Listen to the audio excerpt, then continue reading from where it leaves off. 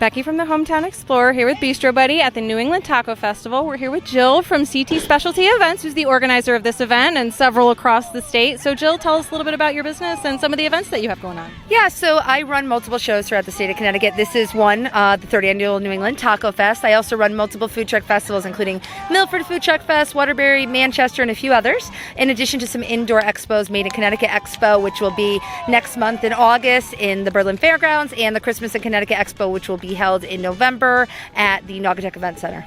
All right, awesome. And then you also have a couple of trucks here as well. So what are the trucks that you have here? So I own Fried Donation, which is a fried dough truck, and I also own the Lemonade Grenade, which is a fresh squeezed lemonade truck, and I also own a couple concession tents, which do deep fried Oreos, deep fried churros, and Mexican street corn. All right, awesome. And so where can people find out information about your business and some of the events that you've got coming up? So all of the events, you could go right online to www.ctspecialtyevents.com. You can find the schedule, where we'll be, and all the trucks that would be there, and any entertainment information. All right, awesome. All right, well, thank you so much. Thank you very much.